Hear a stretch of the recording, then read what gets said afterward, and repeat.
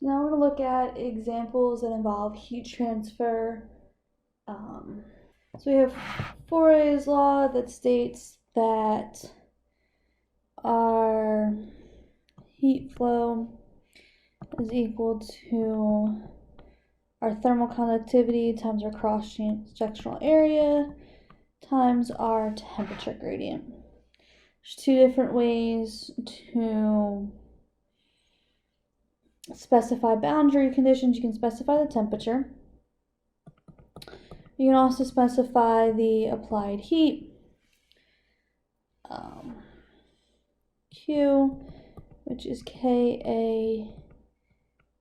dt dx plus beta A T minus T infinity. So we're going to assume steady state operation and that our temperature difference varies linearly. So across a thermal element, we're going to have our heat flux at our two ends is equal to our cross-sectional area times our thermal conductivity divided by our length times 1 minus 1 minus 1, 1 times our temperatures. Okay, so we're going to look at an example. We have a composite wall. It consists of 3 different sections. We have some properties. So we have, first of all, we have 4 points, right? And we have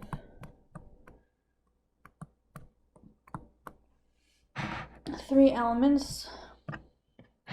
So we have some properties.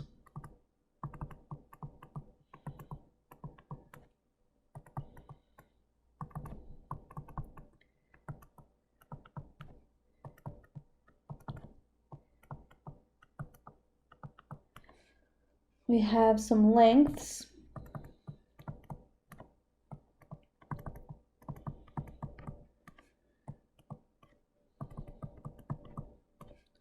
We're given our heat transfer coefficient.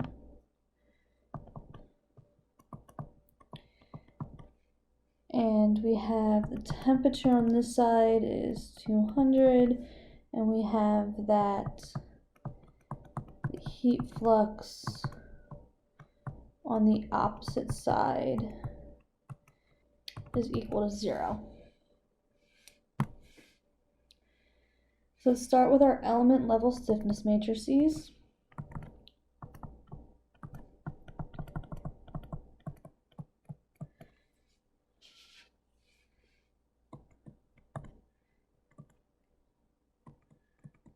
So our stiffness matrix for element 1 is our thermal conductivity, and our length for element 1 times our cross-sectional area times 1 minus 1 minus 1, 1, which comes out to be 70.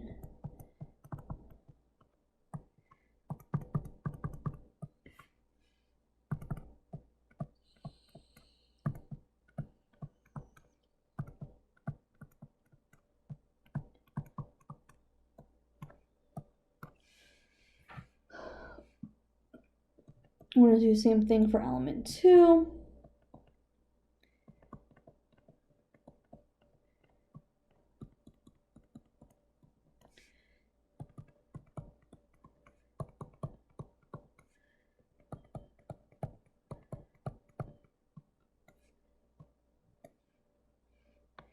And then we're going to do the same thing for element 3.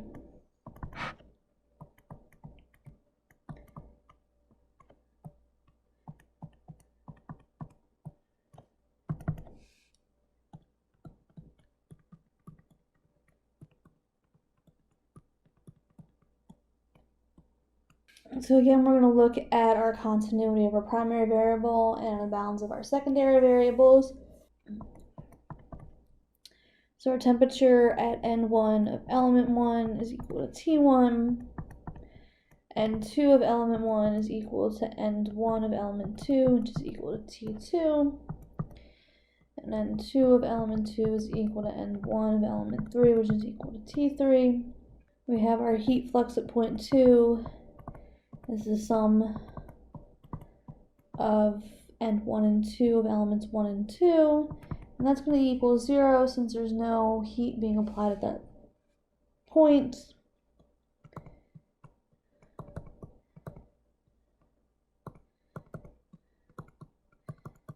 And then the tricky one here, so we have Q32, so N2 of element 3 is equal to minus beta A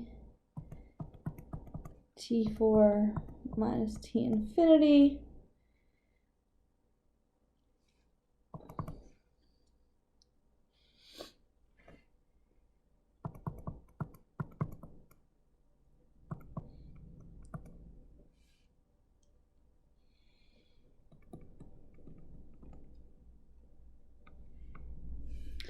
So now we're going to assemble our equations.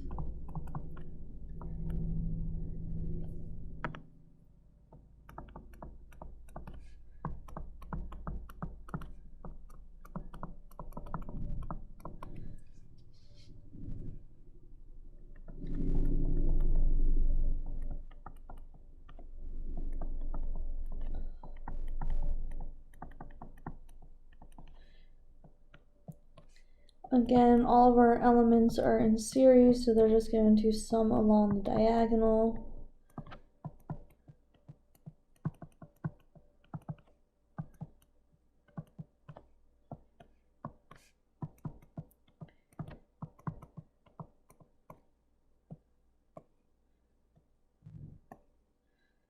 So our stiffness matrix times our temperatures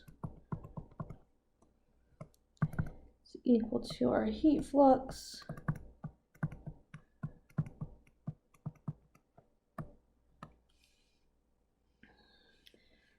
Which, if we plug in some numbers, it's 3,500 minus 3,500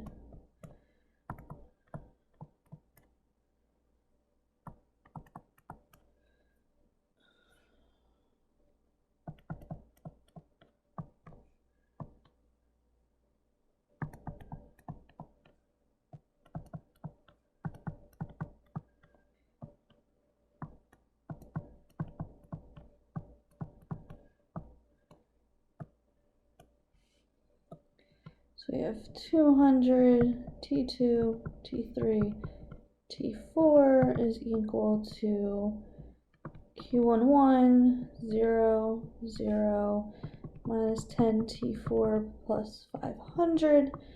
So again, I want to condense the system down by removing the first column and the first equations, which means I have to take my 3,500 times my 200, my minus 3,500 times 200 and bring that over to the right hand side. I'm also going to take this 10 T4 and move it over to the left hand side, which is going to yield my condensed system of equations as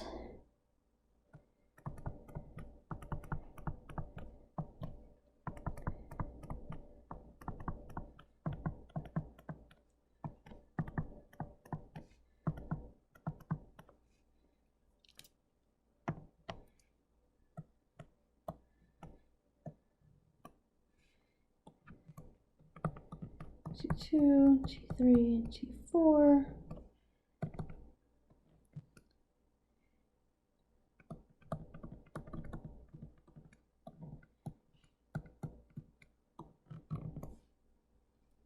So the solution winds up being that T1 is equal to 200, T2 is equal to 199.58, T3 is equal to 198.67, and T4 is equal to 195.76.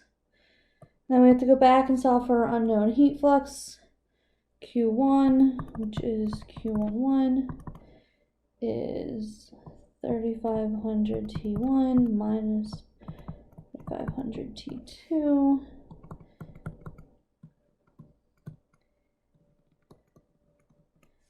And then Q4 which is Q32, is minus 10 times T4 minus 500.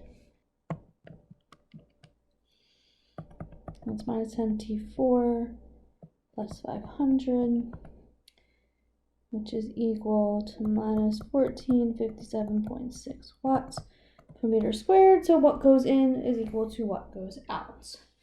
Our last example for one-dimensional discrete systems is for fluid flow. For fluid flow, we have our flow rate is equal to minus pi d to the fourth over 128 times our viscosity times our pressure differential. So if I have a pipe, on one end I have Q1, on the other end I have Q2, I have P1, I have P2. I'm going to call my thermal resistance 128 times my viscosity over pi d to the fourth. So if my equation for my two ends, my flow rate at my two ends of my element is equal to 1 over my flow resistance times 1 minus 1 minus 1, 1 times my pressure at my respective ends. This is very similar to resistors, thermal resistance. It's the same equation, we're just changing the variables and the numbers.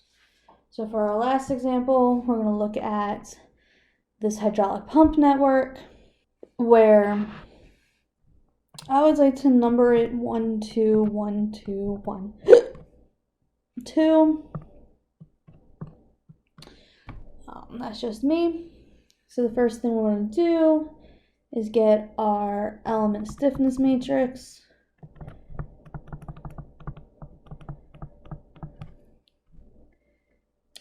I'm only going to write the first one, so K1 will be 1 over R1 times 1 minus 1 minus 1, 1.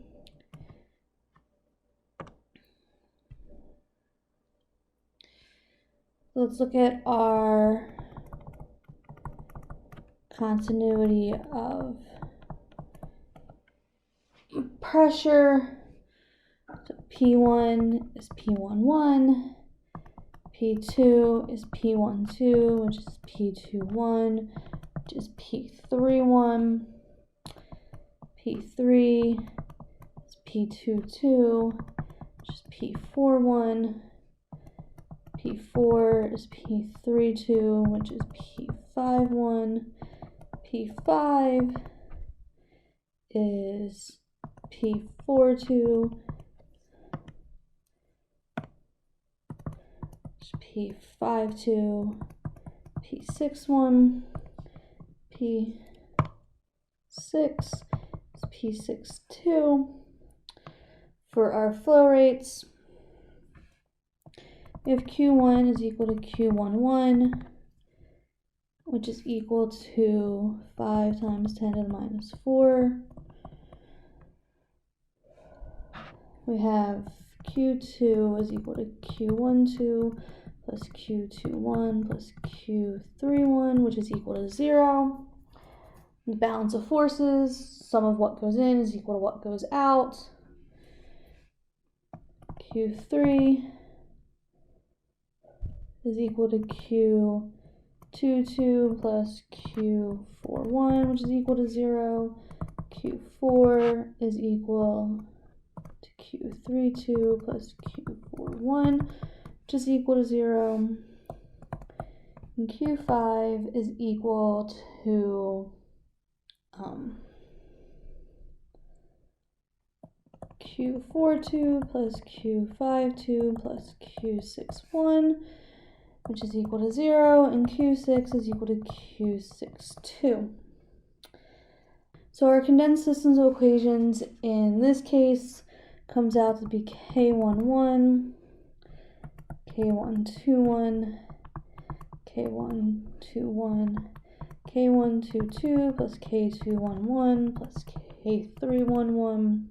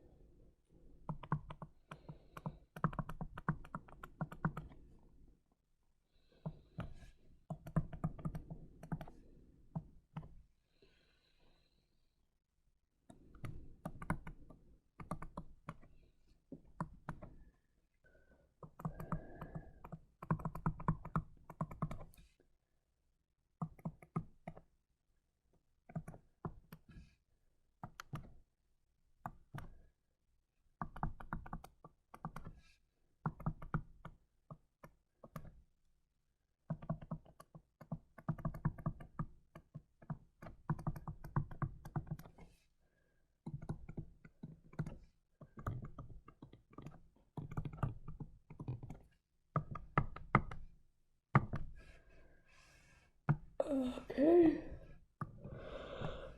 This is going to be multiplied by our pressures.